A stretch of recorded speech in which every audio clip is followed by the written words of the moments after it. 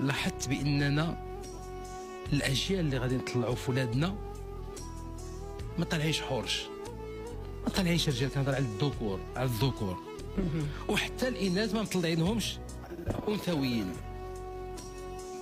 تماك تبغي تتفاجئي، ما مطلعينهمش انثويين حيت يتخلطوا هما مخلطين بالذكور، مخلطين في اللباس، في التصرفات، في الجسم، في الهندام، في السلوك، في كل شيء. لا الولد ولد ولا البنت بنت. لا البنت فيها الحياء والحشمه، لا البنت فيها اللباس اللي يليق بها، لا البنت عندها السلوك اللي يليق بها، المظهر اللي يليق بها، التصرف اللي يليق بها، ولا الوقوف في الامكنه اللي تليق بها، ولا مع افراد اللي يليقوا بها، ولا بالنسبه للبنت. والذكر ما بقيتيش تعرفوا لا هو ذكر ولا انثى، ما بقيتيش تعرفوا في لباسه لا